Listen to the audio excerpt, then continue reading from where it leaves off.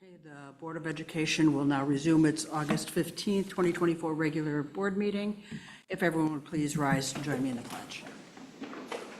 I pledge Allegiance to the flag of the United States of America and to the republic for which it stands, one nation, under God, indivisible, with liberty and justice for all.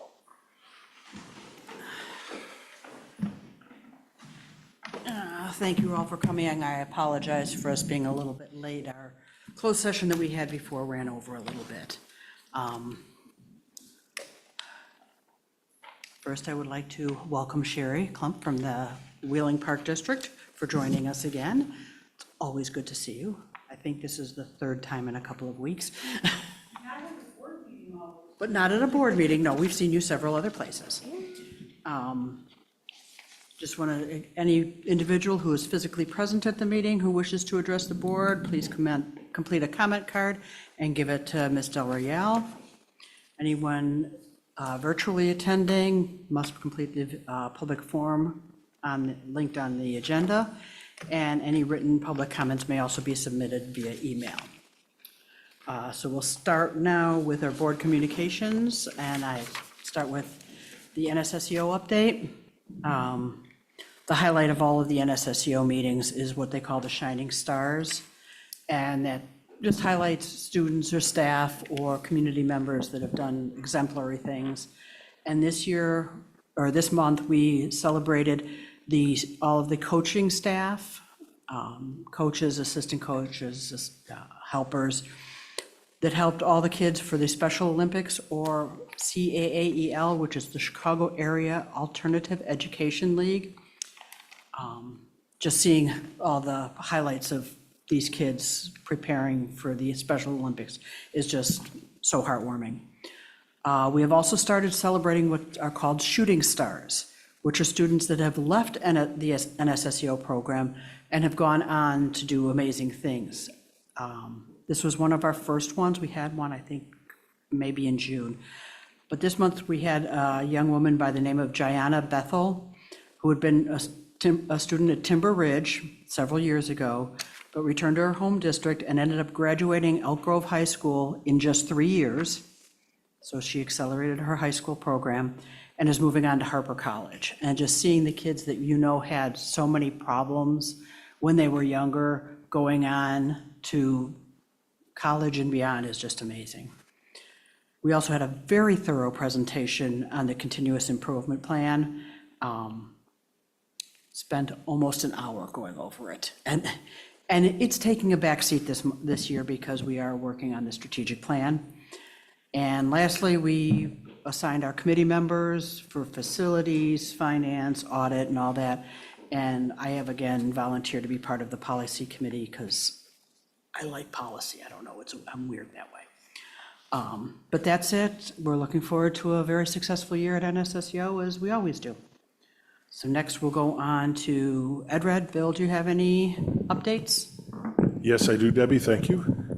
EdRed held its first legislative breakfast this past Monday. Debbie, you and Arlen and I were able to attend. It was a great opportunity to interact not only with our legislators, but with other area legislators as well. I participated in an interesting conversation with Representative Michelle Mussman, a couple of members of the District 54 board and their superintendent on topics ranging from AI issues to school funding. As a reminder, EdRed's kickoff luncheon will be held on Friday, October 18th. More information and registration information should hit our mailboxes shortly. And the first member meeting of the year will be held right here on Friday, November the 8th. And that's it for EdRed, unless anyone else wants to add. Just get you to okay, thank you. Now we'll go on to IASB. Also Bill. Okay, thank you. In the past month, IASB's held 2 webinars that I was able to view. The first was on effective superintendent evaluations, and the second was on the recent Press Plus release. Both are or shortly will be available on IASB's website. The IASB North Cook Fall Division Dinner will be held on Monday, September 30th in Northbrook. You should have already received information via email, and if you're interested in attending, please contact Leticia. And finally, per the IASB website, a detailed schedule for the joint annual conference will be available next month.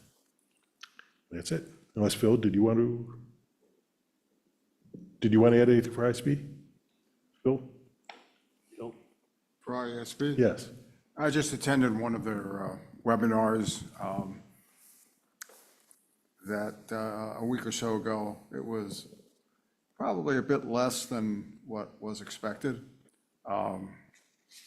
And that's about it.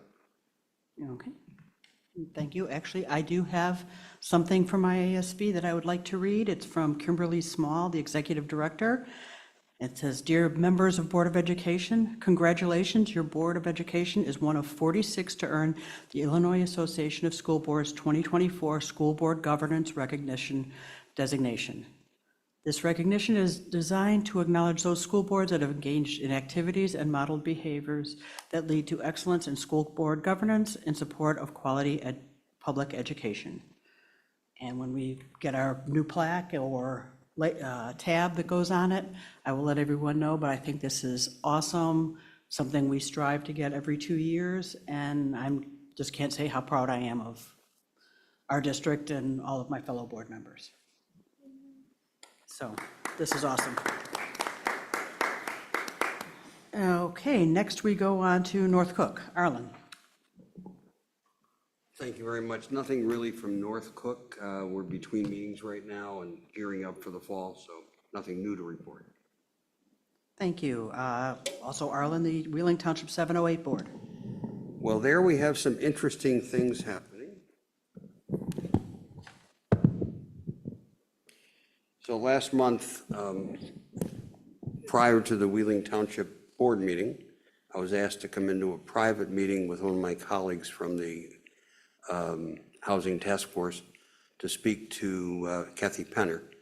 And in that meeting, Kathy Penner is the supervisor. In that meeting, they indicated that they had gotten a new legal opinion on the referendum.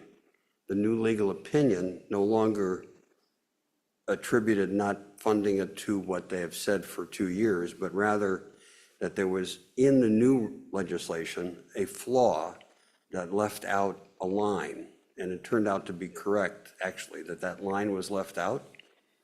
But they indicated that if we could get that fixed, they would likely levy this fall, if it can be fixed in the veto session. So we've now talked to Dan Dittich. We're talking to other legislators. I'm arranging a meeting which will happen the end of September to see if everybody was on the same page. And if they are, it is conceivable that in the veto session, they can fix that one. It's just literally a line that was left out inadvertently. It was a staff issue. If that happens, we have a possibility of a levy this fall for next year. If it doesn't happen that quickly, it's going to be next year for the year after. So it's major achievement, at least to get this far.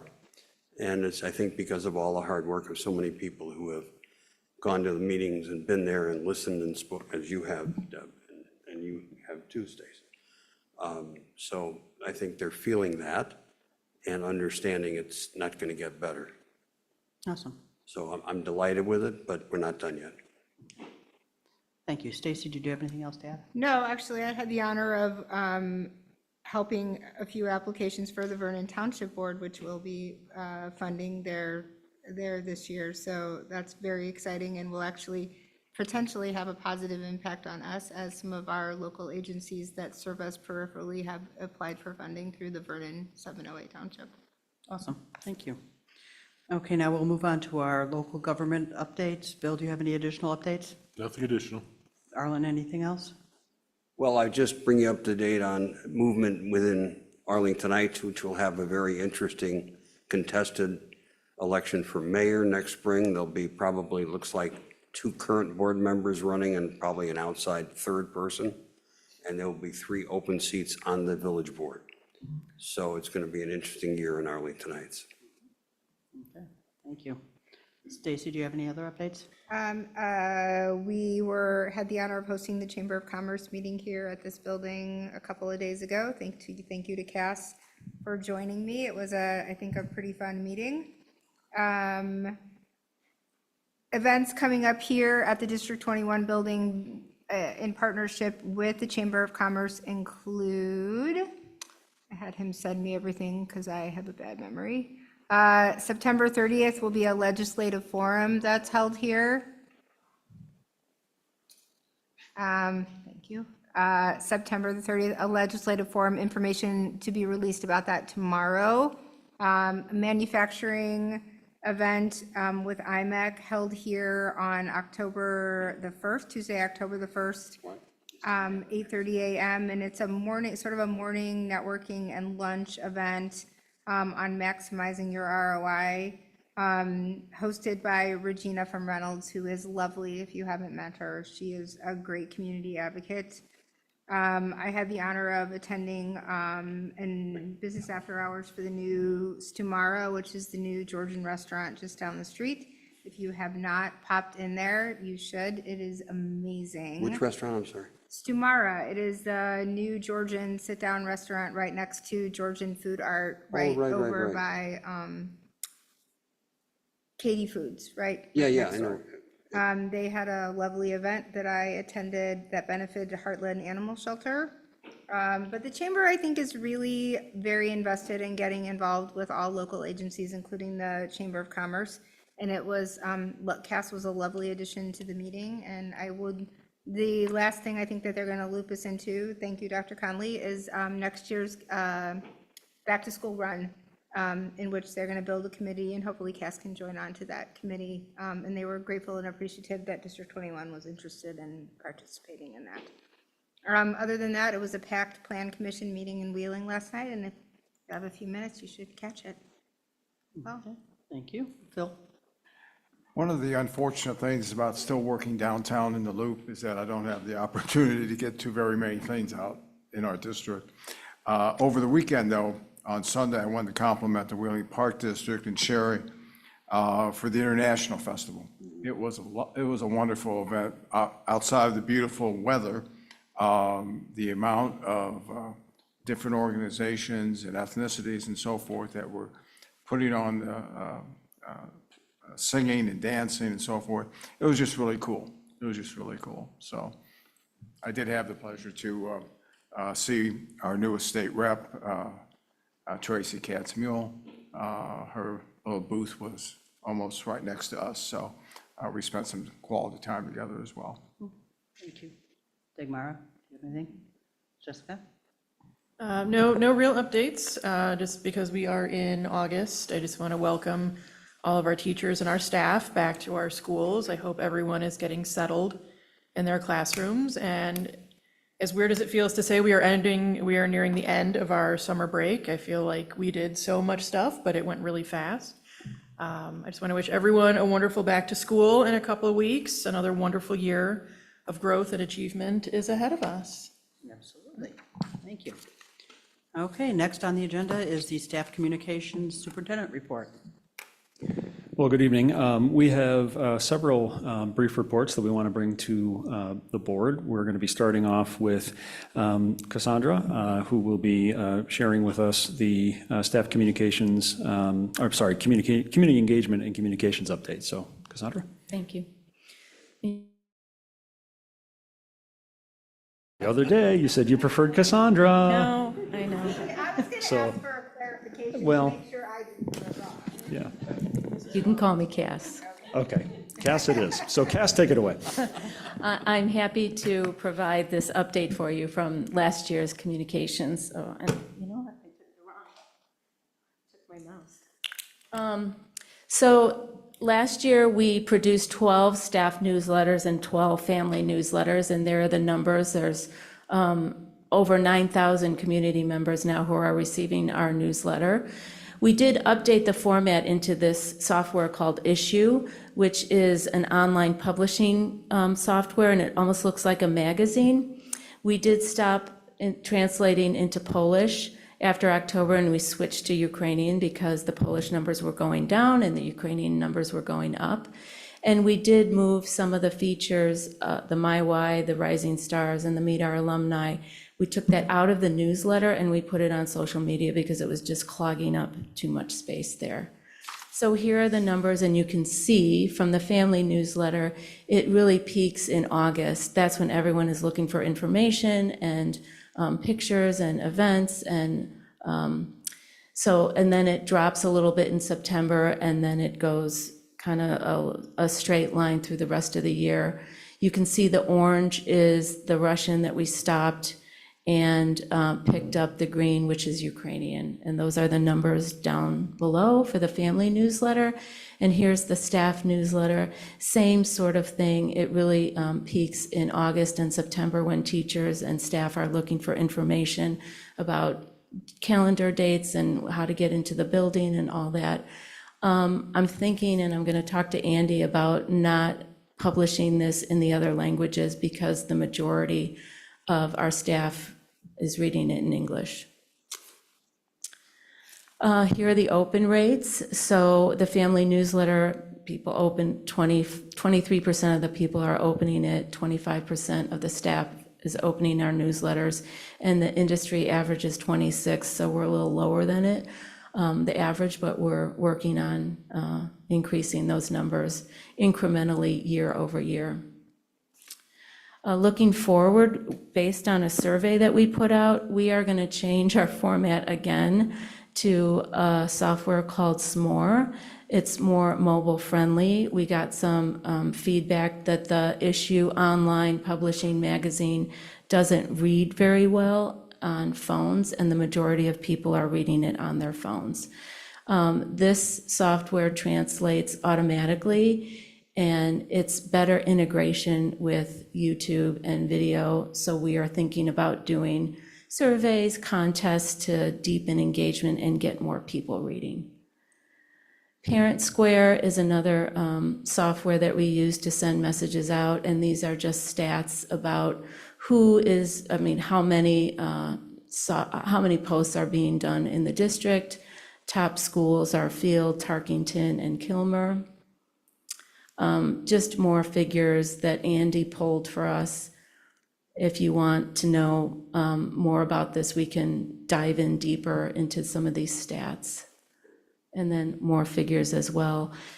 This is kind of important that 94% of our parents have opted in to receive the emails from Parent Square, and 99% have opted in to receive text messages. So those are the highest platforms that our Parent Squares are on. So we have to be conscious of that. They're not really using the app as much. And then the interactions. So I don't know if you receive a Parent Square, you can like it with a little heart. And these are some of the stats there as well. Media coverage. Andy has done a phenomenal job of forwarding all of our stories and news articles to the media, and we are getting picked up. The numbers this year are 54 mentions of the media. Social media, we brought that back in-house last year. We had social media ambassadors at all the schools, and we just didn't feel like we wanted more content. And I know it's hard for some of the staff members and teachers to take pictures and upload, and it just added a lot to their time. So we took it back in-house. We put a cell phone in every office of the schools, and people can check out that phone and take pictures, upload them, post them to social media. We did create some accounts for some of the other schools that didn't have Instagram. We added flyers in every school that said, follow us on social media. And the growth has been organic, not paid for. And you can see from the numbers here, in December of last year, these are our numbers of followers on Facebook. And then at the end of last school year, every single one has been up. We have more followers. Every day it adds, we add on to followers on Facebook. Instagram, the same sort of story. At the end of last year, we had 100 followers, 200 followers. Some schools didn't even have an account. But at the end of our school year, they're all up by 121 followers, 104. And we actually created accounts for the schools that didn't have Instagram accounts. And we changed the names of Cooper and Twain to configure to the rest of the school Instagram accounts. We want to start using LinkedIn more. We had 662 followers at the end of the last school year, and it's been up now for a month, and we have 92 in this last month, or from August. I see what that is. It's 92 from last year. But we want to get more active on this platform to include recruiting efforts, because that is really the place where people are looking for jobs. Looking forward, we want to generate more content on a weekly basis from the schools. We want more in-classroom sort of staff and student achievements. We would like to get the PTO to maybe promote some of their events if we can connect with them. We've got meetings with the PTO, get some of their content to put up on our sites. We did buy a drone, and Andy and our student worker have been using it fairly successfully to capture a lot of the construction that's been going on. We're going to eliminate X, which used to be called Twitter, because the content is just getting pretty vile, and it's less restrictive. So, and it's the lowest engagement that we have. We're investigating Nextdoor, but I'm not sure that we're going to use that. I'm not sure about Nextdoor either. We did win 5 publication awards. We submitted 5 last year and won 5. We submitted 5 this year and won 5. The highest was the Award of Excellence, which was that video that we did, that overview video. We got an Award of Merit for a news release that Andy did on the Director of Security getting hired. And then the rest were honorable mentions, one for our welcome kit, one for our newsletter redesign, and then one for an in-house video that we did on attendance at Kilmer. Website updates. So we have monthly meetings with our provider to implement small tweaks, and I have to credit Leticia for her vision. She really has driven this process. She's got a really good eye for design, and she's involved in these meetings, and she has made a lot of these requests to make the calendar in a different format that's easier to read. We've added staff photos, and we're adding video capability to the banners. Am I going too fast? Any questions so far? Okay. I just have a couple more slides. So looking forward, we're going to continue with our monthly meetings with Floodlight. They really it has deepened our relationship with them, and they have done a lot of free tweaks and implementations for free without charging us, so that's a good thing. We are going to add more content, video content, and more school-specific announcements. And then this graphic, we'd like to put this banner below that says by the numbers, just kind of a quick hit of what our numbers show.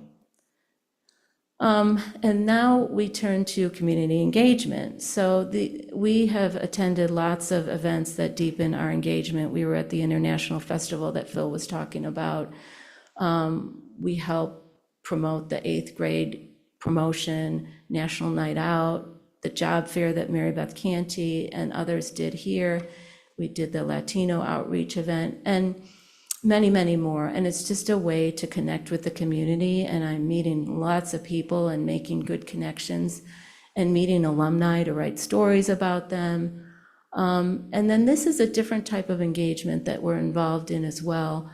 I attend this monthly Connecting Our Community in Arlington Heights with other communicators in the area.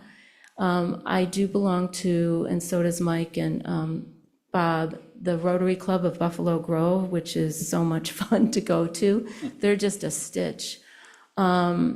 And they read to some Kilmer students. That's the picture down there on the left. They came to read. And they actually gave us a grant for Russian and Ukrainian books at Kilmer, $2,500 grant. I put in the District 214 student apprenticeship. That's Sophia, who went off to college at Michigan State this year. And I felt like that's an engagement that we're making, and we're mentoring and we're helping and we're giving back to the community. And then the PTO Advisory Club or Advisory Board is another engagement I felt to put on there. And this one called Comcast, which Andy goes to, it's a meeting every other month, I think, of other communicators, school communicators, and they share ideas. I think that's my last slide. Any questions? Arlen? And not a criticism, you really brought great new life to the program, and Andy has too. His submissions to the newspapers and what's been running is really impressive. So I'm delighted with all of that. In fact, I called him on one that I just saw in he told the me. Journal and Topics, which I thought was a fabulous story. So I'm delighted with all of that. Just a couple of questions. Sure. And that is, for example, on the newsletters, where we're getting 23% versus a national average 26. Well, 26 is a horrible number anyway. So my question is, how else do we get I know from business that people don't always read emails and don't always go online. How else can we communicate if we're only getting 23% to read our newsletter? Is there anything else we can do? So one of the things that we're doing is we're changing that format. And I've told Andy, we need to reduce the amount of stories and the amount of content in there. So it's a couple of sentences, drive people to the web. I also think that people are just inundated with emails and they just, bypass ours. So I told Andy, we should go dark one month. And we did go dark in July. And I've done this at other companies I've been at. When you go dark the next month, your numbers are way up because, believe it or not, people miss your email and your newsletter. The new format is going to be easier to read. I think that could have been part of the problem as well. But Andy's going to start doing contests and surveys and more engagement and the drone video, and I think that will help too. And we're going to take analytics month after month, which we've done already, but we're going to even A/B testing. We'll do 2 different versions of the newsletter to see which one resonates more, which ones are clicked on more.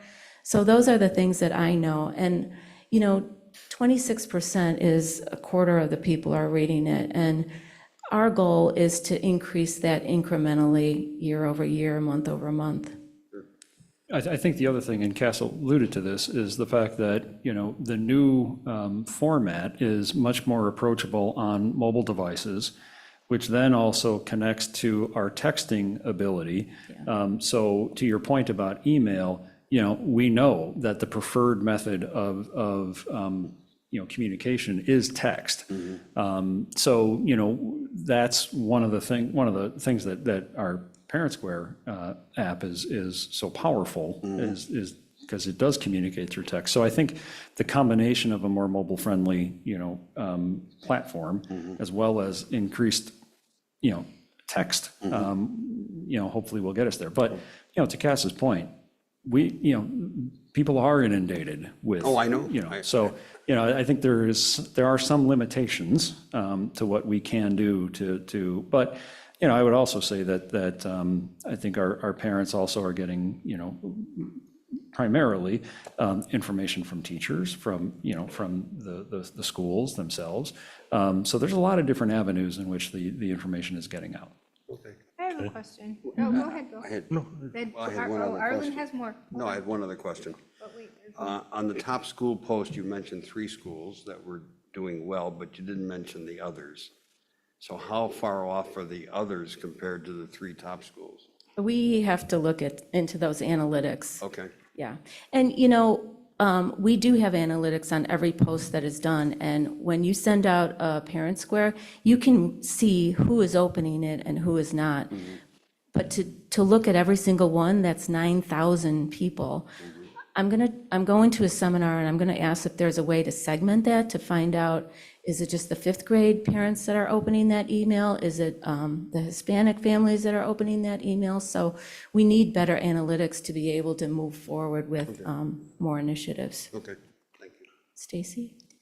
I was just going to ask, I know that you send the link for the newsletter out via text message, correct? That's done automatically by Parent Square. Okay, so my question is, and it's kind of an odd question, but we send it out to the parent phone number, correct? So hypothetically speaking, if a middle schooler had a phone number, does it go to the kid or just to the parent? Just the parents.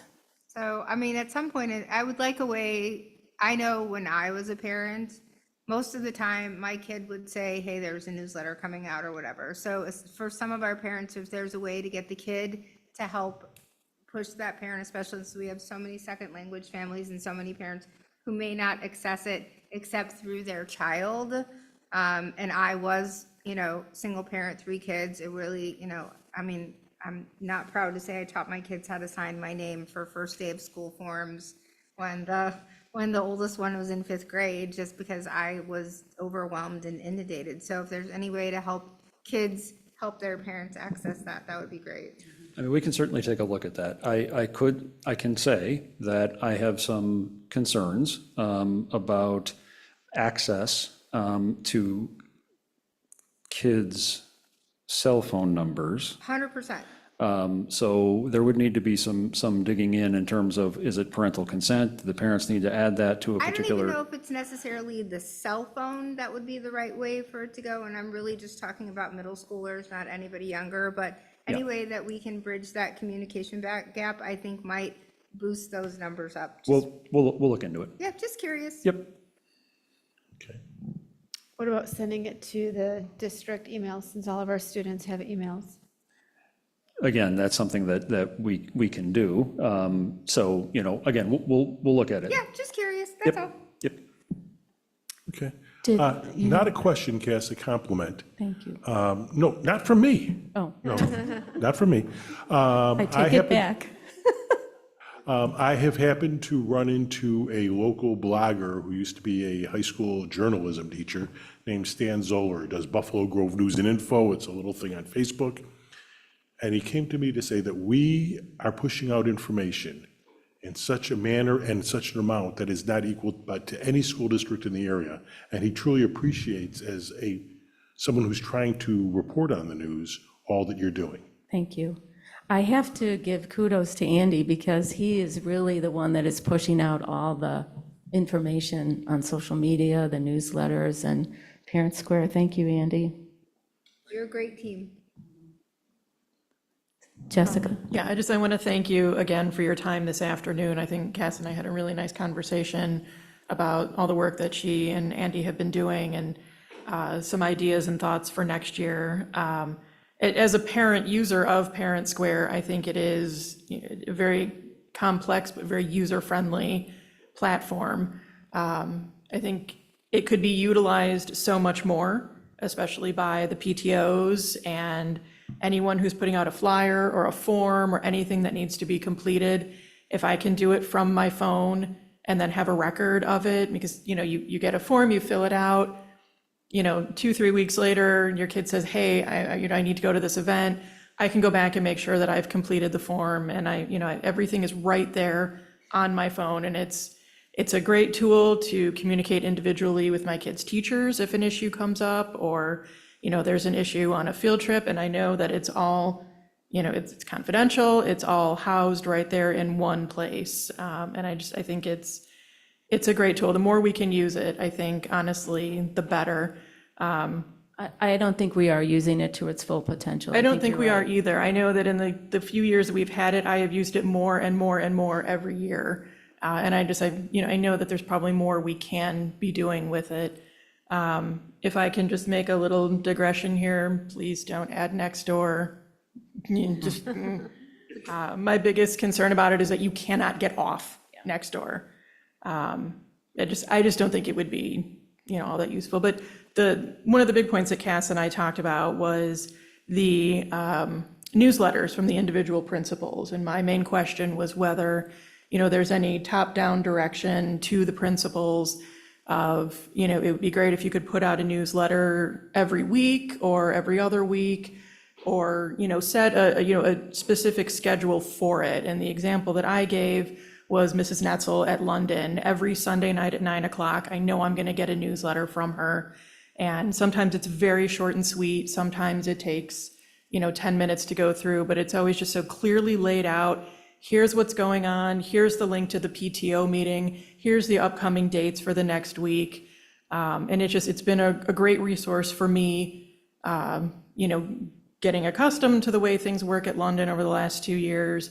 It's been something I look forward to. And I just, since that's where my kid is, that's the school that I really have the most facility with. I don't know what the other principals are doing. And I'm wondering if that's another way to drive engagement, is having that sort of regular communication from them, even if it is, like we discussed, as simple as there's a PTO meeting next week, here's the, the dates for the next week of what's going on. I think that sort of consistency can be really beneficial. So Cass did bring that to my attention this afternoon, so I will take a look and talk with principals and kind of get a better sense of the frequency at which they are doing newsletters. I always want to be thoughtful about how many mandates I'm putting on principals. So I'm not going to commit to a mandate, but I will take a look at the issue. And just to add, Andy's going around to each school to meet with the principal and assistant principal to ask them what their needs are and how we can support them. And he has made templates that are consistent throughout the schools, branded, and he's asking them to use them. We know now that some of them are not using them, but we try what we can do. Thank you. Anything else? Thank you. Thank you. Okay, this is just kind of normal practice at this point from May on through September or so. So Bob is going to give us our enrollment and sectioning update. Good evening. So many of these slides you've seen before. Right now, we're not looking at any, most of the classes are at or below guidelines. We did see a dip in 7th grade enrollment or the number of students at London. So those class sizes have gotten a little lower at London. So they're at or below the guidelines right now. Cooper, 7th grade, even though we added a teacher there, still is the only one that's kind of just barely above the guideline at 28 per classroom. As you would imagine, the returning students not registered, that number continues to go down for each school. The new students enrolling, we talked about last month, does include kindergarten. And then we've got some pending new students that kind of fluctuate. Carmina does such a wonderful job with the families, registering people and really making sure they feel comfortable with the process. We can't thank her enough, and she helps us with these numbers every single month.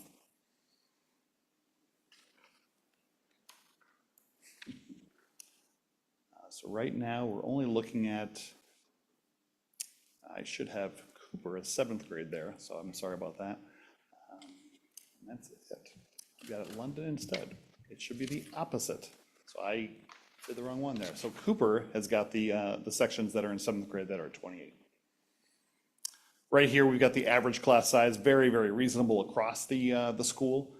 We can see the difference in the number of sections at each of the schools from last year. And we're actually, as of this afternoon, we're actually looking at reducing even one section at one of the elementary schools and making that person into a different role just to, because we haven't seen the numbers in that grade level. And just some sectioning hotspots. We've got a Frost 1st grade bilingual class that's right there at the ceiling where we're looking for. And then again, Cooper 7th grade. These are those board targets that are in the CBA for K3, 4, 5, and 6, 8. And then just some different opportunities that we've kind of sought after when we're looking to put in some district supports for high class sizes. And I just want to kind of add that as it relates to Kilmer, because obviously that's been one of our main, really focal points in tracking enrollment, that at this point, we have not had to institute any kind of enrollment caps We're still, obviously monitoring that very, very closely. I also want to be very complimentary of the new principal at Kilmer, Mrs. Goodrich, and Mrs. Alvarez, her assistant principal, and Beatrice and Bob, who have really been looking very closely at this issue. And at least at this point, the classroom allocation, Art will have a classroom. So obviously, we are still, we're still working through that and cautiously optimistic, but at this point, we don't believe that there will be anything on a cart at Kilmer, so that's very good. And then also, I just want to really compliment, there was an event here on Monday that was a kind of a dual event. It was a back-to-school bash, resource fair, and also a registration event. And I know Bill stopped by, Arlen stopped by, and it was hopping. From 12 o'clock when it started, there was a line out the building, and it kind of ebbed and flowed and went all the way to 7 o'clock. I think by 3 o'clock, we had something like 18 brand-new students that had come and enrolled. But I specifically want to really point out the access to resources and to that this event afforded parents, and just the level of planning of Olivia Aguado, our family liaisons. Leticia had a lot of active role, and just the team in general, just kind of promoting this. We were, Olivia worked with somebody, and we were able to provide free haircuts. It was amazing. Back to school physicals, and so just really an incredible team effort. And it's particularly when we're talking about Olivia and her role and our family liaisons. They just do a lot of magic with dental screenings and cleanings. Yes. So I mean, just the level of resources that they are able to pull together, and how passionate they are about that work, and the fact that there was a line out the door, just as a testament to the fact that people are quite appreciative of those efforts and are taking advantage of them. So, I would be remiss if we did not say, and it really truly was an awesome event. I think there were how many hundreds of backpacks? Like 300 backpacks, and I think that ran out. It did run out. Yeah. It did run out. So just great stuff, and even some career, kind of level information. There was an FBI agent that was there and kind of had some information. Our school resource officers were there, and so it was really, really a cool event. So the staff really did just an amazing job at pulling all that together. So. Was truly incredible. I got there as it opened, and when you say the line was out the door, we need traffic cones out there to keep people from being out into the parking lot. Yeah. The lines for getting haircuts, and looking at usually you see a middle school student or younger, they're not necessarily happy about getting a haircut. And watching them line up to get fades and the rest of that, the dental cleanings, it was truly an amazing event. Mm-hmm. When I spoke last month of trying to find ways to get people in, Mm-hmm. I couldn't believe we pulled it together that fast after I made a suggestion. No, but Olivia did a heck of a job, and her team, and Kim, you there as well. Just a great, great job, and people were really appreciative. Yeah, I couldn't agree more. I had a hard time parking. I almost parked in the parking lot down the street, Well, that's been all week, Arlen. took the shuttle back, so. Yeah, I mean, this building has been hopping. But it was real impressive. The staff, everybody was smiling, staff and all the students. Yeah.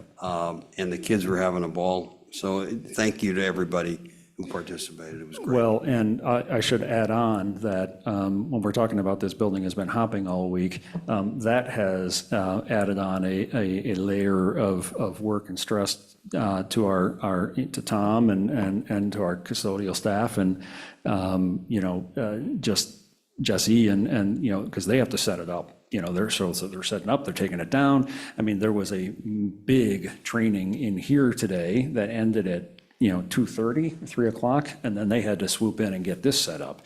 Tomorrow morning at 8:30, we're in here with a training that they have to set up for. And so, but more often than not this week, that parking lot has been full. Right. And then we've got Canadian geese that are chasing us around because, And I have to and we say, need a street sweeper from their deposits, so. thank you to the custodial staff, as you just mentioned, because I know they're coming back tonight to set up tomorrow, because I heard it from somebody. Yep. So, I Absolutely. mean, the job they do for us is extraordinary.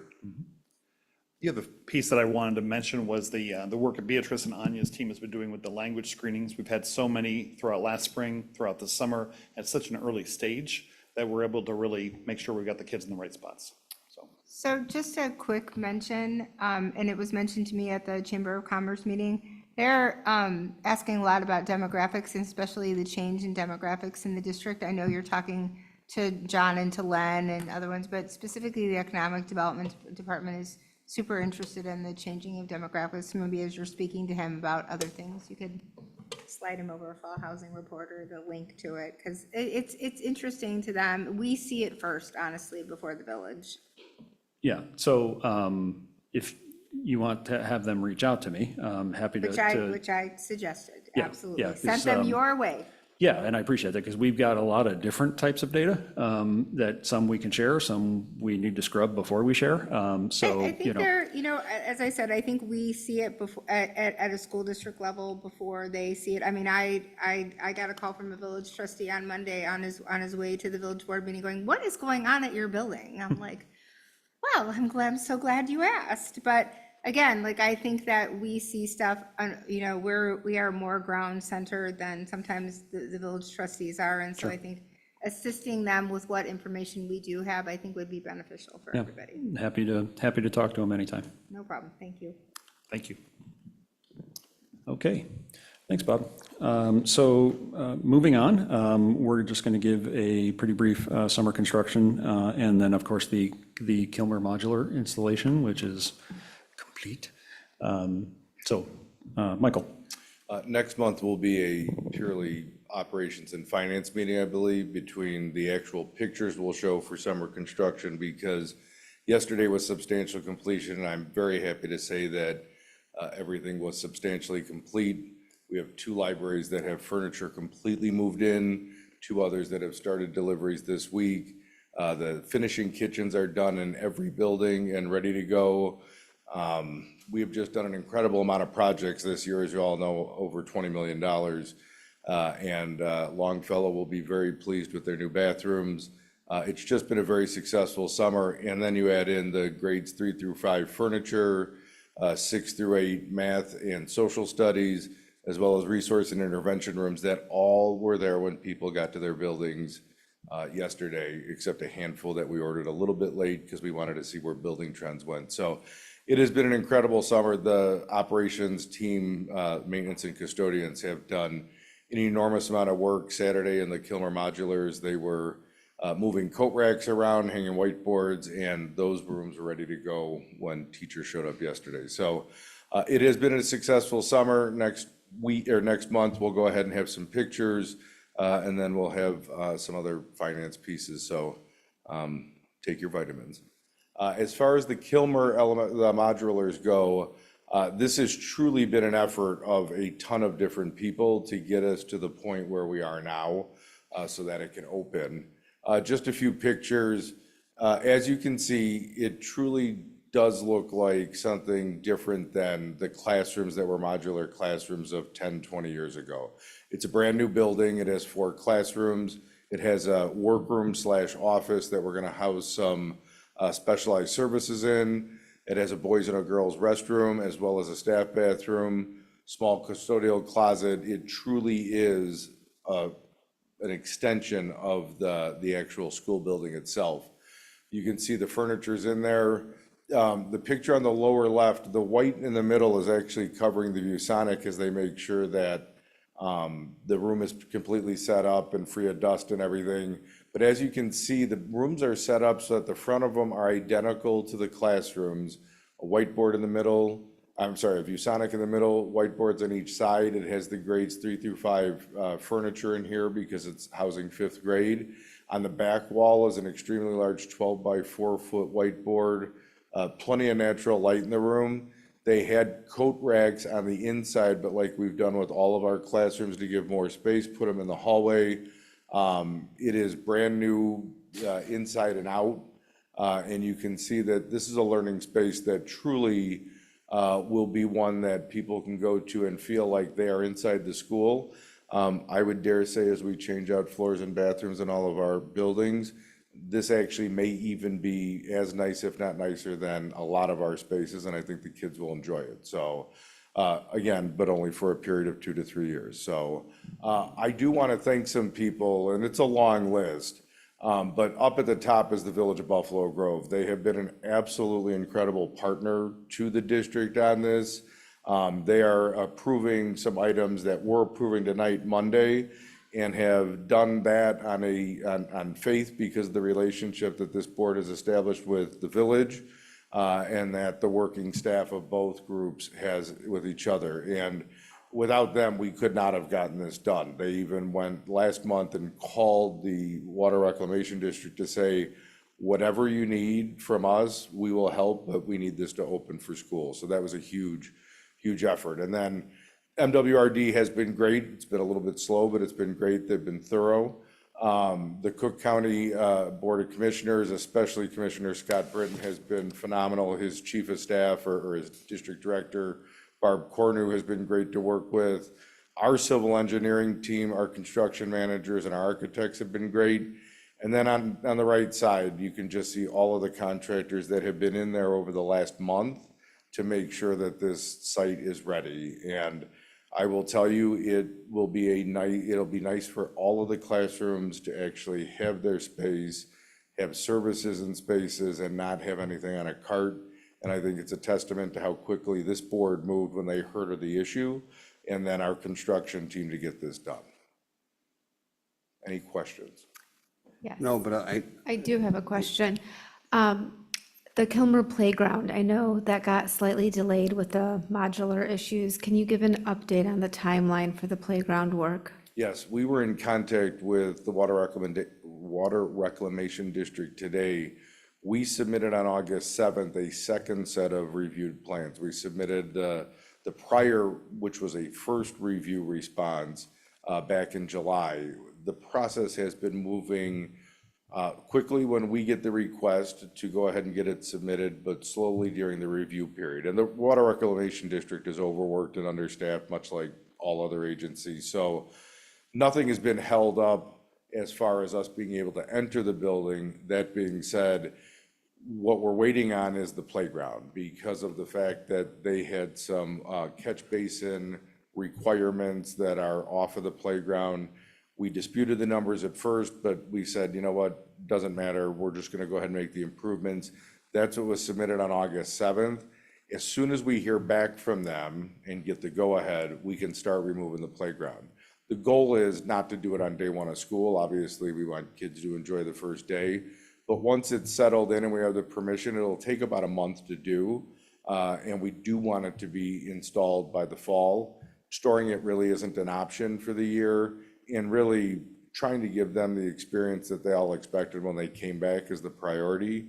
So as soon as we hear our demolition team for the current playground is ready to go, and then like I said, it'll take about a month to do from start to finish.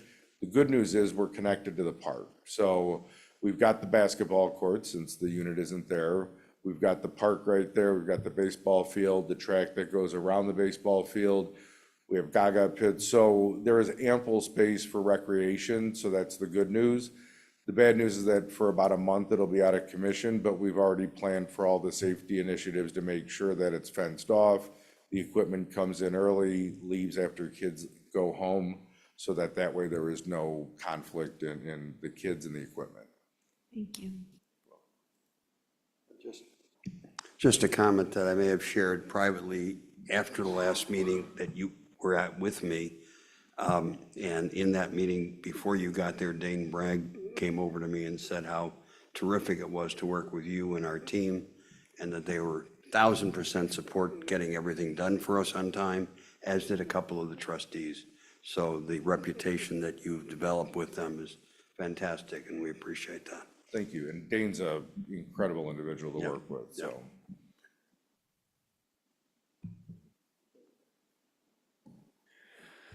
Okay, so as the board knows, last year, we really started to intensify our focus on trying to mitigate a problem that is a nationwide problem, and that is one of chronic absence. Our chronic absence rates in the district were and are unacceptably high. And so I wanted to spend a little bit of time this evening having Beatrice and Alyssa update the board on where we are and steps that we're going to be taking as we start the new school year to address this issue. So, Beatrice. Good evening. I just first would like to just again thank Dr. Connolly and the school board for allowing us to add the director of MTSS.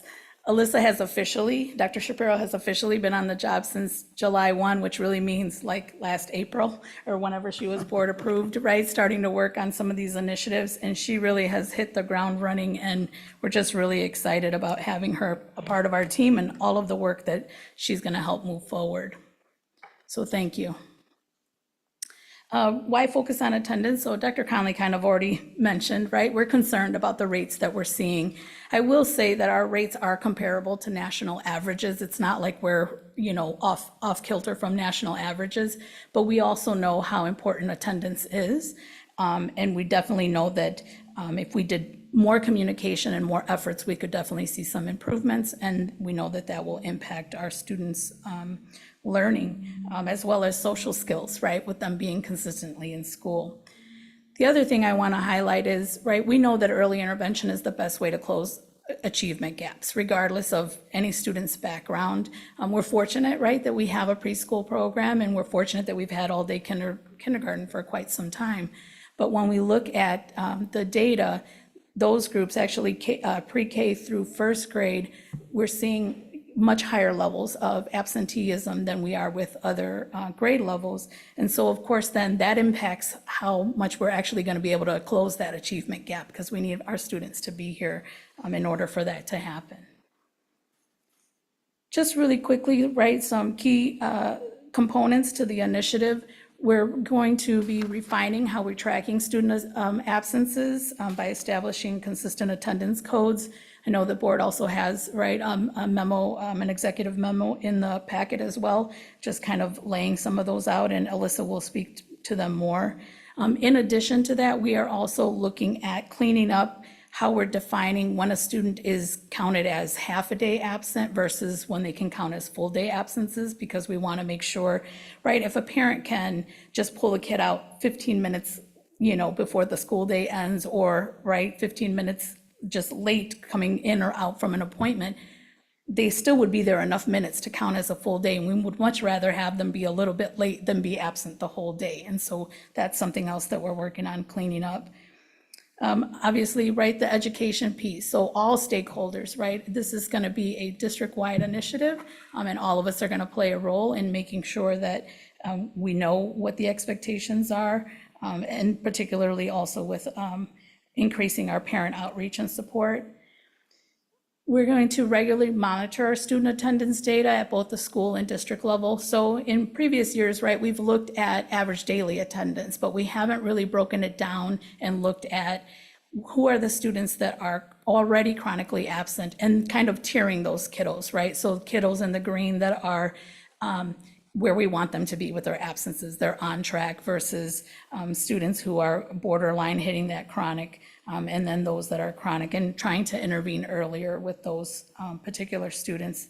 And then also providing resources to our administration and our staff, again, to identify those students and try and catch them, right? So when we start to see a student slide, intervening early so that we can try and regroup them, because it's calculated based off of how many ever days have happened so far in the school year.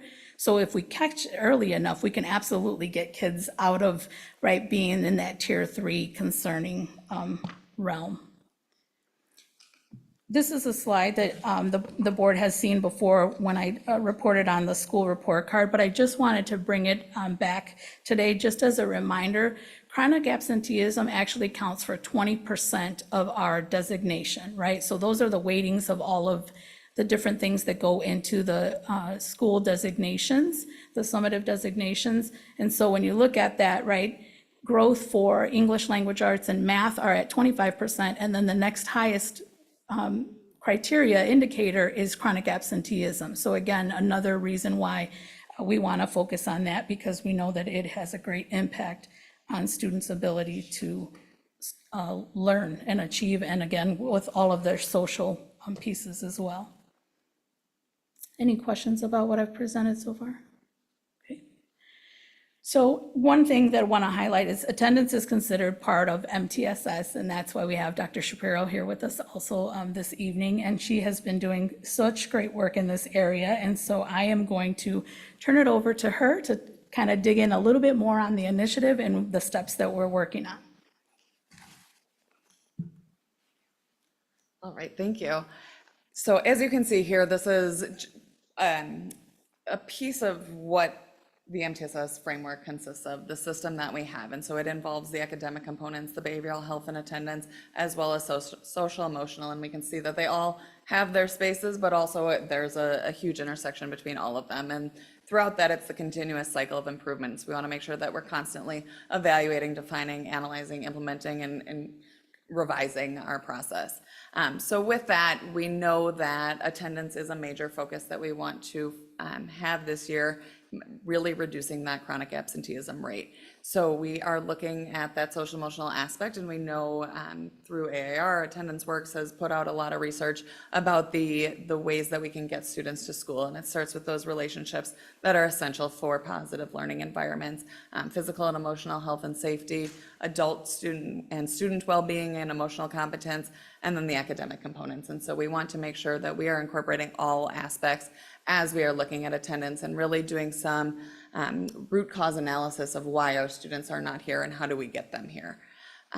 So starting with that educational component, we are working to make sure that everyone is clear on what are the different attendance rates that we look at. So there is the average daily attendance rate, which we've looked at in the past, which is just that average number of students who are present on any given day or reporting period. So we might produce what is the ADA for a school for the district based on a month, based on a specific date throughout the year. Those are just that average, those average numbers. Chronic absenteeism, which then is what is reported in that 20% in the Illinois School Report Card, is a student missing 10% or more of the academic year for any reason. So that is a common misconception that many people think it's just unexcused absences, but chronic absenteeism is excused and unexcused absences. Chronic truancy is when a student is missing 5% or more of the previous 180 school days without an excuse. So that's where those unexcused absences come into play. So as Dr. Connolly mentioned, it is a national problem. We can see this is some information produced by Attendance Works and shared through the EAB. 6.5 million more students were chronically absent in 2022 than they were in 2019.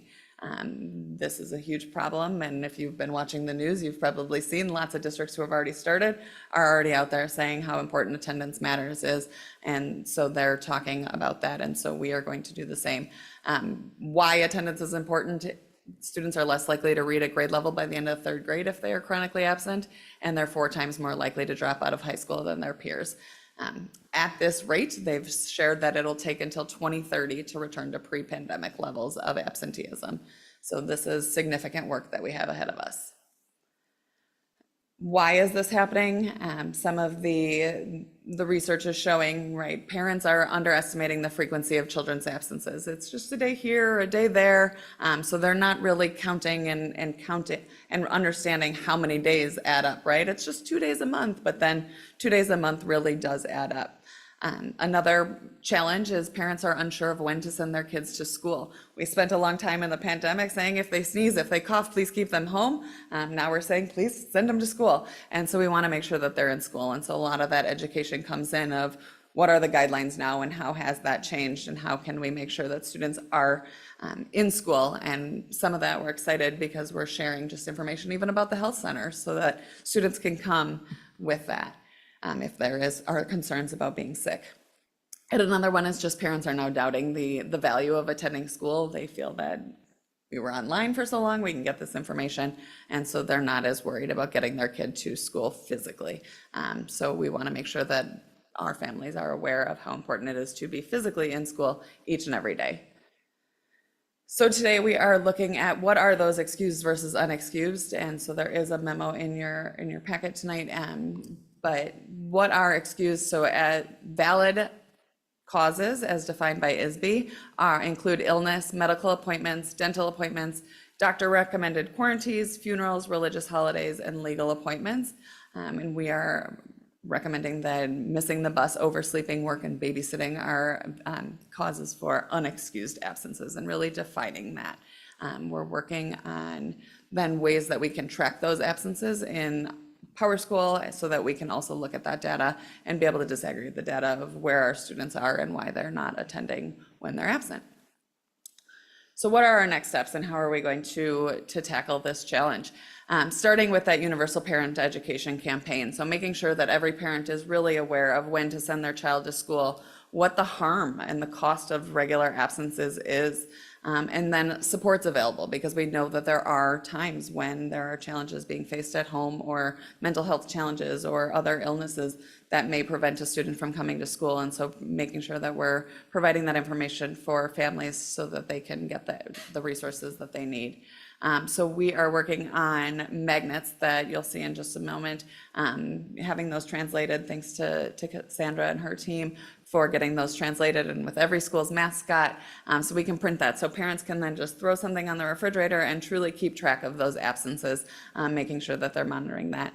Making presentations for education for all of our schools for curriculum nights and parent open houses, handouts with information about how parents can also access their parent portal to check attendance themselves, as well as when to stay home, when to send your kid to school, and then just frequent communications from the teachers, from the principals, from social media, all different places that we can educate parents about the cost of missing school. So here is what our magnet looks like. So just ways that they can inform the office when they are absent and let them know if there is going to be a student that is not there that day, as well as then information about how to reach the District 21 Health Center, and ways that they can mark and just keep track of their students' absences to keep that under the 10 so that we can make sure students are here at school every day and learning. In addition, we are going to continue to monitor and provide interventions when necessary. So we are working on ways that we can hopefully provide some automatic text messages. We know that, right, through communications, through the EAB, they've really produced a lot of information that text messages are a really effective way to communicate with families. And so we want to tap into that, as well as then just making that automated. So if it's, 3 sequential days in a row, that there's an automated message that goes out to a family to, hey, hope everything's okay. And so we're working on some ways that we can make sure it's a two-way message and there can be communication back and forth. But really just making sure that we're identifying those students quickly and helping them to get back to school, as well as then having absenteeism checkpoint meetings, so helping schools and school teams to really be able to target that response for moderate chronic absenteeism, especially those kids, as Dr. Childress was talking about, the kids in the movable middle, those kids that are missing that we can target early on so we can get them here and they then are not counted as chronic absentees throughout the year. So some resources for that are continuing to just produce reports, again, working on the back end of automating some of those reports so that it just appears in a principal's or an assistant principal's inbox regularly. Some tiered intervention resources for schools, and then that messaging. So this is some information, some data that is from 2023-2024 school year of our chronic absenteeism numbers. So as you can see, the red bars are the chronic absenteeism rates. The yellow are at-risk attendance and the green are satisfactory attendance by grade level. So you can see that our earliest learners are not here the most. And so we know we want to make sure that we're targeting our younger students to be here as often as possible, so that we can close that gap and make sure we're reaching them early, sharing what the impact of getting their students to school is. So a lot of that is a parent education piece as well, of making sure all of our students are here, because, you know, we might hear, oh, it's just kindergarten, it's just preschool, but those are really important, and we want to make sure that students are here every day.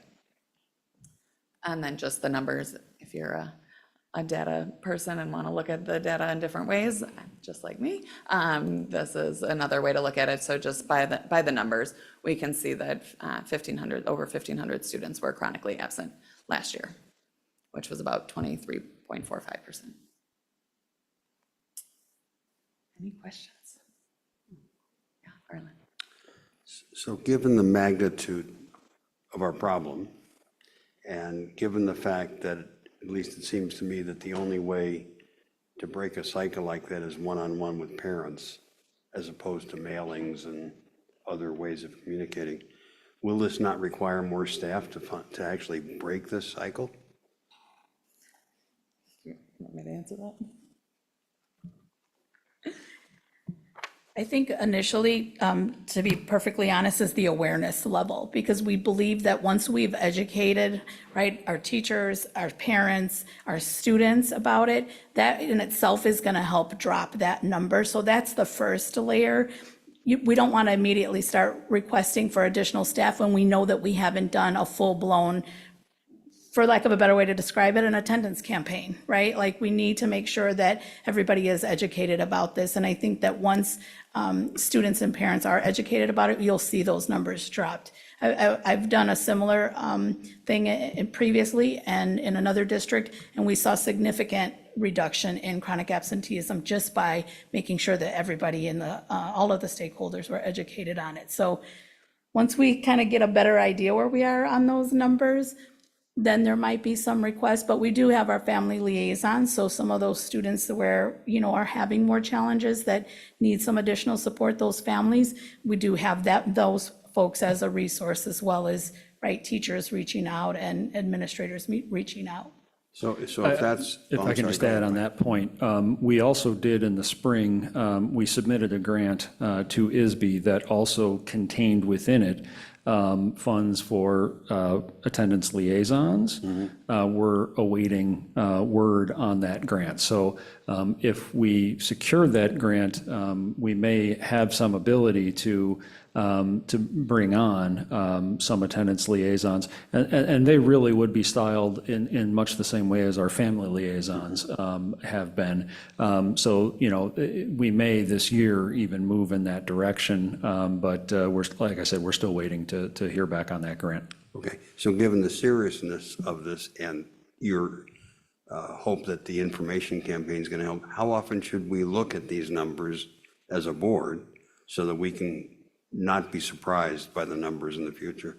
Absolutely. So, I mean, this is something that we're going to be looking at with our building administrators regularly. So maybe it's not necessarily something we have to present on every month, but we could absolutely put something into the board packet so that there's an awareness, and then have whatever, you know, you all would like to request from Dr. Conley. We're happy to share the data. Yeah, I mean, I could see, you know, kind of a natural cadence would be at the board meeting after the conclusion of a trimester.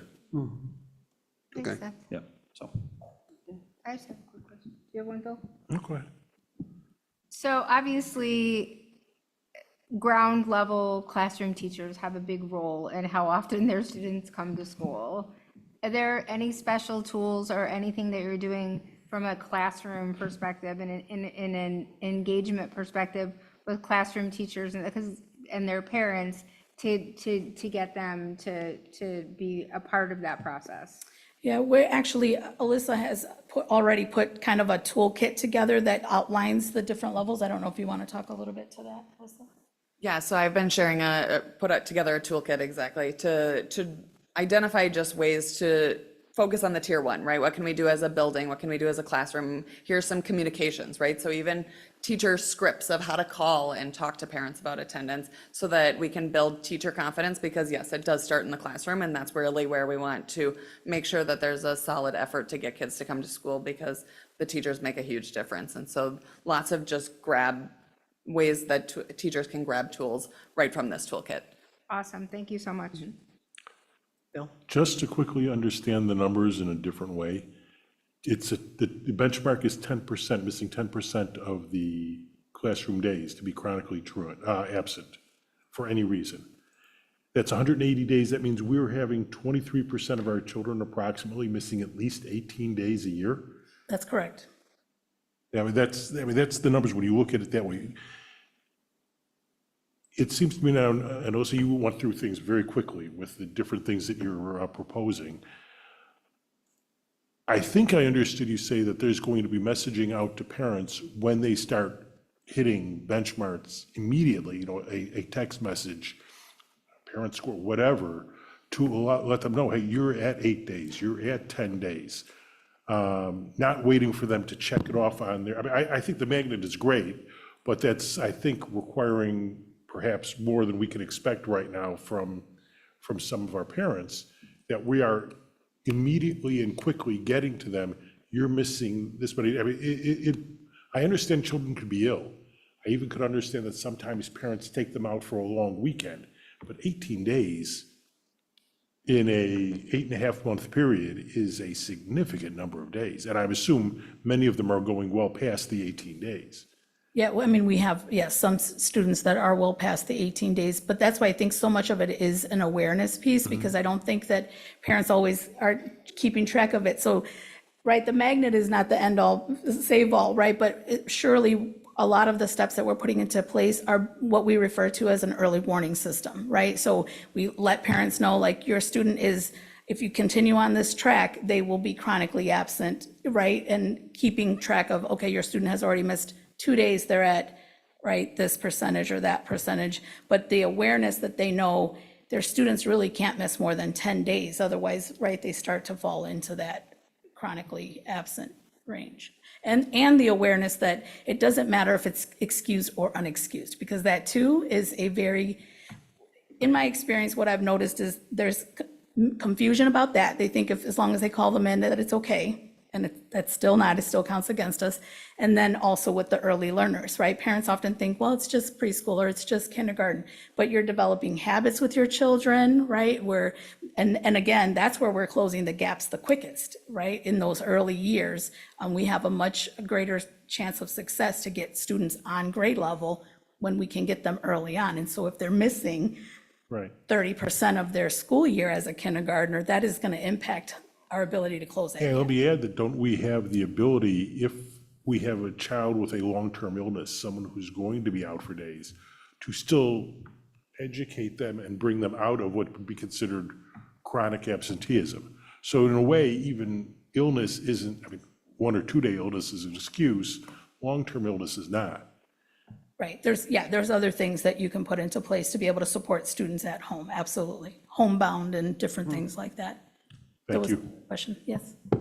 Yeah, so I remember, every week I would get the progress report for each of my kids of showing like their grades and, work that had been turned in. And at the very top was a list of, just very quick tally of, tardy absences, et cetera. Are you going to continue to utilize that platform, maybe sort of expand it as, a brighter graphic or a separate thing? Because just every week it was just kind of that constant reminder of, because the days do build up and you don't always think about it. And, in our case, we had some issues. My husband would drop off our daughter at London in the morning, and if they leave 5 minutes late and they hit traffic in the 4 seconds it takes to get here, she's counted as tardy because she's 2 minutes late to her first class. And, things like that, like it looks very scary on the report that she's tardy almost every day, but like, it's 2 minutes. Like, is this really what we need to be concerned about? But it was that graphic at the top that always caught my eye. And I'm wondering if there's a way to sort of make that stand out. So every week parents are getting that report of, here's the absences, here's the tardies, here's the, the quick and dirty numbers right at the top. In addition to, all the other things that you're planning as well. Yeah, I mean, we can definitely work with Art and Information Services. He's been great working a lot with Alyssa and all of the questions that we have, and then she comes back and we talk and we have more questions, and, right, so he's been really great. So we can absolutely take that back and see what our options are in the reporting. Thank you for that suggestion. I'm actually going to throw something in, and I don't expect an answer. It's just something I'd like you to think about. As the parent of a child who had mental health issues in middle school and tended to call with headaches and stomach aches and everything, and it took me a while to realize that it was after a certain period. Are you going to be tracking that at all to see, and then focusing on that student to say, okay, are you having a problem with this teacher? Because in one case, it was the teacher. Or is there a student in there that you're having issues with and you just can't handle them? So it's just an idea to keep out, because they got to school every day. They just didn't make it past a certain point. Right. Then those are exactly the things that we're looking to track, which is why we're working so hard on trying to clean up the data and the reasons why kids are leaving. Right. Or Okay. not coming. Yeah, I just wanted to check that, yeah. Yeah. Thank you. Absolutely. Thank you. Thank you. Thank you so much.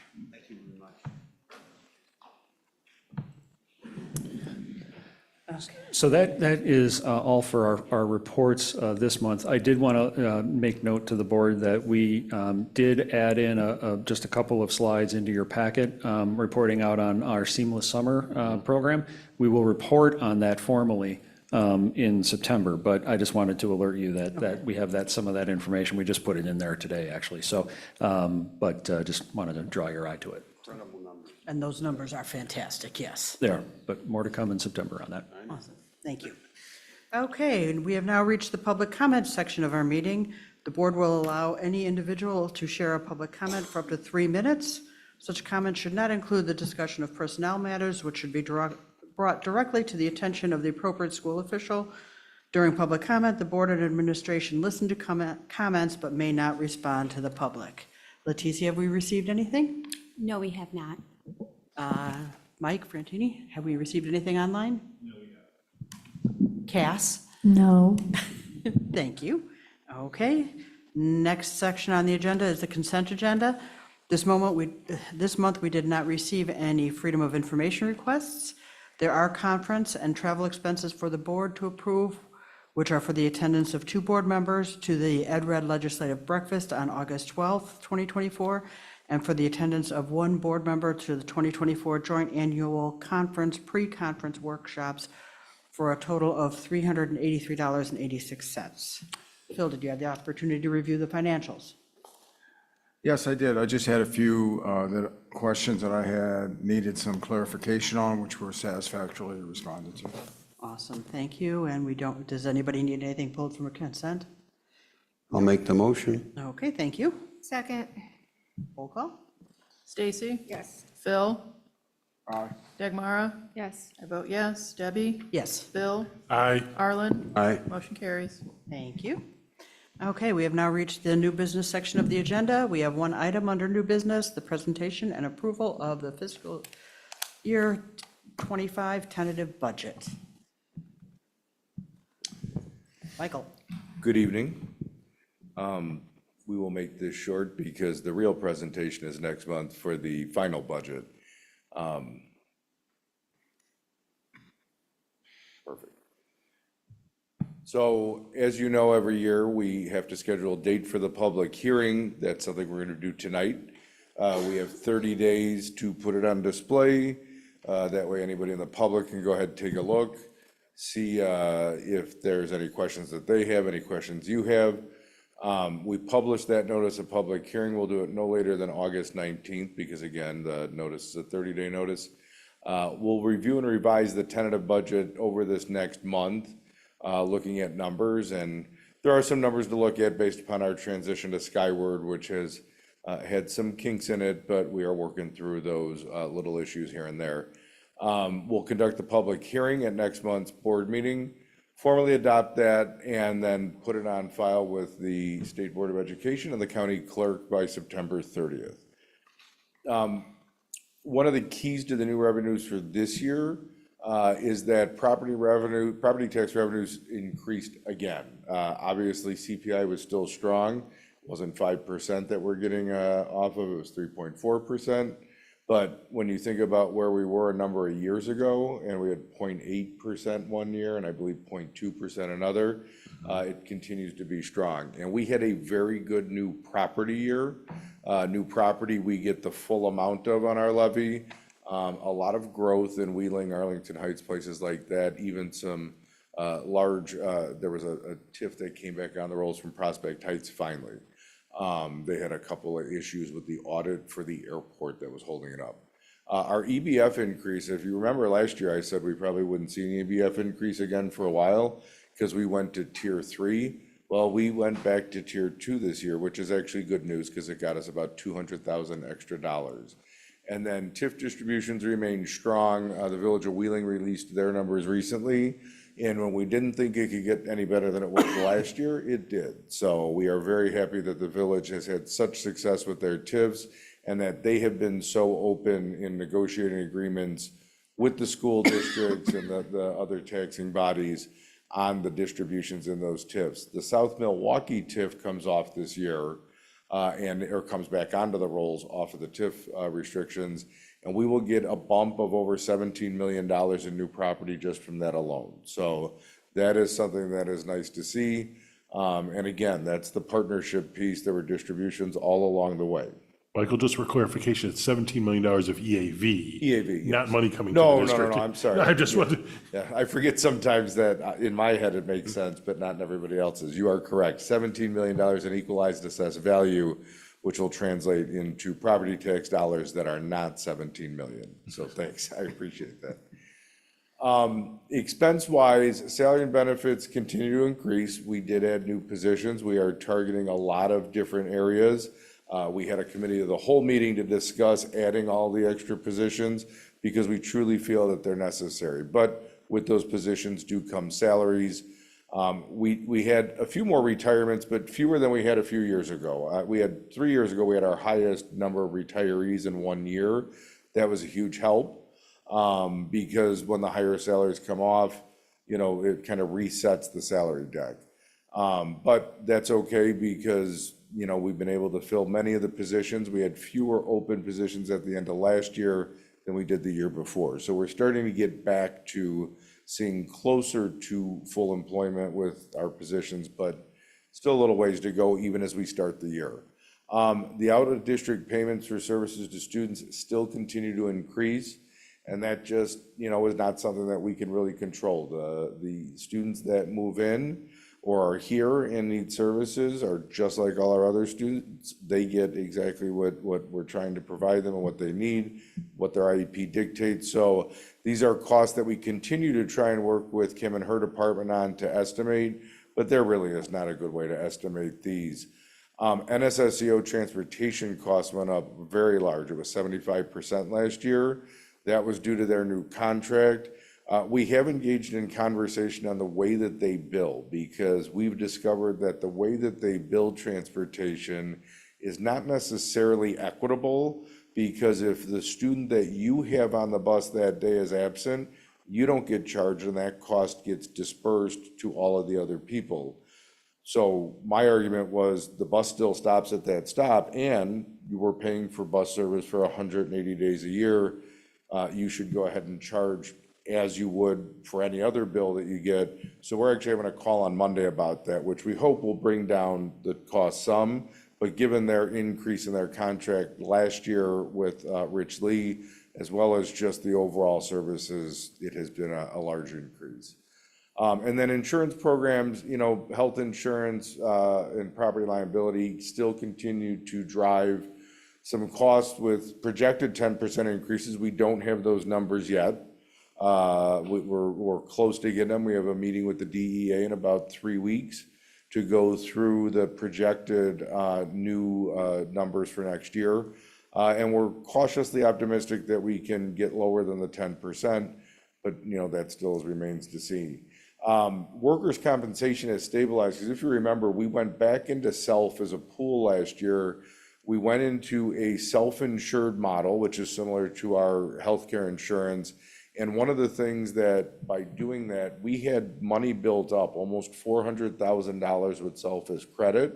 So by going back into a high deductible plan and truly choosing where we were going to go for that level, and then supplementing the dollars against what the costs were, we're able to spend far less this year, about half of what we've been spending on workers' comp. So the goal is to try and right-size that program. And as we get down and spend the $400,000 over 3 years, because that's the requirement, that hopefully between education, training, and just some other safeguards we could get in place, our workers' comp will return to a normal level. So that's something we're looking forward to see as it goes through. Highlighted issues for this year. Last year, we transferred $10 million based upon the board policy for the expenditures that we saw coming in the next year. We are aggressively targeting $15 million this year because we had a large surplus last year. Again, this is the tentative budget. This number could change, but we decided to look at an aggressive transfer and then also go aggressive on expenditures in the tentative budget to see where are we exactly with regards to dollars and whether there would be any type of deficit or not. We're going to show a structural deficit in the tentative, but by the time we get to September 30th, we already know some areas that will come down, and we've seen some errors in Skyward that have caused some of the other costs. So we will be to a balanced budget by the time we get to September for the board meeting there. We really are in an exciting place. We've had such an incredible spend. As you know, the number is about $100 million in construction. We spent about another $15 million in furniture over the last 6 years. And we are close to the end of the major projects that were identified, not as the referendum, as part of the referendum, but also the ones beyond that. We truly only have 3 playgrounds left. We have 9 buildings that need student bathrooms, 9 buildings that need floors, HVAC in the 3 second gyms at the middle schools, new floors in those as well. And then we start to get to roofs, which is something that was preventative maintenance that, we didn't know when we'd be able to start getting that. But because of the financial position and because we've aggressively accomplished everything you set out to do back in 2018, we're able to start looking at roofs. And then classroom overhauls. We have our CCC classrooms, art in the middle schools, music, choir, band, orchestra, drama, and then science classrooms, trying to bring those into the 21st century as well. And we're working with Beatrice's team on identifying which classrooms to kind of prioritize, when we can get to those. But that's really the next 3 years of spend. And once we get to that, we won't be transferring $15 million anymore. We'll be transferring 5 to 7 to do preventative maintenance. And then that's money back into the education fund. And we have a financing strategy for a lot of that, some of which we heard tonight. So finally, unfilled positions. We have made strides at the DEA. They've been very cooperative on trying to give us flexibility to entice people into the hard to fill positions so that we're competitive with other districts. It's been successful. Bob's done a really nice job negotiating with some of the candidates so that we have people in those. Unfortunately, we still have contract agencies driving dollars. And, when you're paying for psychologists, speech paths, social workers at a higher level than what we're even paying our own staff because we can't get them, trying to find ways to bring those dollars down, which is why working with the DEA has been so effective, and they've been a great partner on it.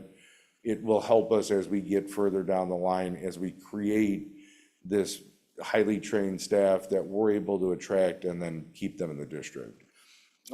We are very happy with the revenue forecast. We do think the revenues are really tight, that there's not a whole lot of new revenue that we'll see, and we don't think that we've overestimated. But we are watching for trends. As you know, the ESSER money has gone away. There are no more ESSER dollars. Grant dollars are starting to stabilize. We had been up, and then the last year we got hit a little bit down. But we actually got a slight increase in Title I this year from what we're seeing. And then we always get a secondary allocation. But those trends will be important in figuring out what we do moving forward on many of the different levels that we look at as critical need. This here shows you the overall budget by fund. The thing to look at is really in the education fund. You can see what we're showing is a almost $10 million deficit, but that is with a $15 million transfer. So if you back out the $15 million and put that back into just the overall budget, it's really about a $5.3 million surplus. So again, that's an aggressive number. Like I said, we know that that insurance has been overestimated because not only are we going with the projection, which we beat over the last number of years, and we do have a surplus in the internal service fund that we could utilize to bring down insurance costs. But we also have identified all open positions at family insurance and then at a benchmark that's higher than we have in the past because we want to try and make sure we know if we fully staff the district where we'll be. So this number will come down. We've identified several areas where the pull-in from Skyward needs to be run back through because going from SMS to Q like we did back in April, you would have thought by now things would have regulated, but we still don't have our attachments that show the invoices and all the data that's the backup into the system. It's the 21st century model of they give you little training, a lot of videos, and not much support to go ahead and rectify your issues. So we are almost there. As of tomorrow morning, we will have a full 5036 deposed, which will be good for the budget, and then we'll be able to start going through line item by line item and cleaning things up. The overall health of the budget's very good. Transportation is the area that we've been concerned about starting to move dollars there. Transportation, remember, used to be a source of loans so that the education fund could go ahead and have extra dollars. Those loans were repaid. The last one was repaid my first year in 2019. Since then, we've been using the dollars that were a surplus in the transportation fund to kind of draw down while we went ahead and used the levy to pump up the ed fund. We're starting to make adjustments, but we did get really good news today, and that is that our transportation claim is going up by approximately $1 million. We went back and looked at the way that we have been doing the claim over the last number of years, and that's one of those. It was the way it's always been. And as Mike Zager came on, I give him total credit. He worked with Susan Tanabe on the claim. And as the Director of Business Services, started to find areas that we were not really getting all that we could go ahead and claim, putting some salaries into transportation, making sure all the aides are there. So that will be a nice bump to that fund and will give us a little breathing room as we adjust the levy, as we work through that with PMA and Baker Tilly to make sure that the transportation fund is healthy. The only other one that you'll see looks askew is IMRF. And IMRF is one of those, it actually is considered one fund, IMRF and Social Security, but in your general ledger, it counts as two different funds. The levy was flipped for a number of years, and now we're getting back to the point where there won't be a large surplus in one and a big deficit in the other. It'll just go ahead and even out. But that's something that'll take about 2 years to cure. But as you can see, if you combine Social Security and IMRF, there's actually $1 million surplus. So that's the overall, if you just look at the overall budget. This is a look at operating funds, all the same data, just by what the state considers operating funds, and then our non-operating funds and where we're at. But truly, the health of the budget is good. Like I said, by the time we hit the September board meeting, you will see a picture of a balanced budget. And then we will see what the surplus is from fiscal year '24 so that we can make that transfer per the board policy when that money has been certified through our audit. We do the same thing every year. We go back and review revenue calculations. Like I said, we're very happy with where we're at with revenue. Reviewing open and unfilled positions. Jan Connick in the HR office does a great job of keeping us updated. Bob does a nice job of making sure that, you know, the positions that are filled, we don't go ahead and double count those within the contract agencies, because that can sometimes cost you in that you think you're spending more and you're really not, and then you have a large surplus at the end rather than utilizing that during the year. And then just making sure we're maximizing our grant expenditures and IDEA, title funds, food service, all of the different areas, and just reviewing those future year needs for an outlook. You will see at next month's meeting a 3 to 5 year projection. I say 3 to 5 because 3 is about as accurate as you're gonna get. We will show the last 2 years, but anything past year 3 tends to have a lot of assumptions that you really can't count on. So that'll be a nice thing to see as we do the budget. And we're actually toying with the idea of bringing the tentative levy at the same time, which would be something new, but that'll show you future year revenues as well. So it'll be kind of a finance 101 if we go ahead and do that. Any questions? Within the special ed area in our outsource to with NSSEO, are the number of students that we're projecting fairly consistent with what we've done over the last 3 to 5 years? I'll let Kim take that. So, I'll let Kim take it. Those numbers are consistent, but the level of need that some of our students have is increasing. So that's where we're looking at out-of-state residential placements that, out of state? Well, the options in state are non-existent. No, I'm just thinking of the cost. I mean, that's all. So two things on that. NSSEO's costs have continued to go up, and it's one of the things that we have started to really try and just put a check in to make sure that we're looking at all the ways to be most effective. Kim does a great job of going through the staffing and making sure that we're not getting overcounted. The other good news is the law that was passed that will allow us some reimbursement that used to only be for private education facilities. It's now been opened up to public education facilities. So we're still trying to figure out exactly what number we're going to get because the wording and the formula is a little confusing, but it will be a bump of some type in special ed funding. Yeah, no, I was simply concerned if our numbers were going up. Severity of need is certainly nothing you can help. You just have to deal with it. So, thank you both. Quickly, a couple of things. You mentioned NSSEO busing. They use a different busing service. Is there a reason they use that, I mean, does that provide for special ed services better than First Student does? The reason I'm asking, Actually, I can answer that one. well, let me just finish the question though. The reason I'm asking is, would there be cost savings involved if we were able to, us and District 23 and NSSEO were able to bid it together? They have used Richley for so many years, and because of their specialized students, and they do specialized training with their bus drivers and aides every summer to bring them in.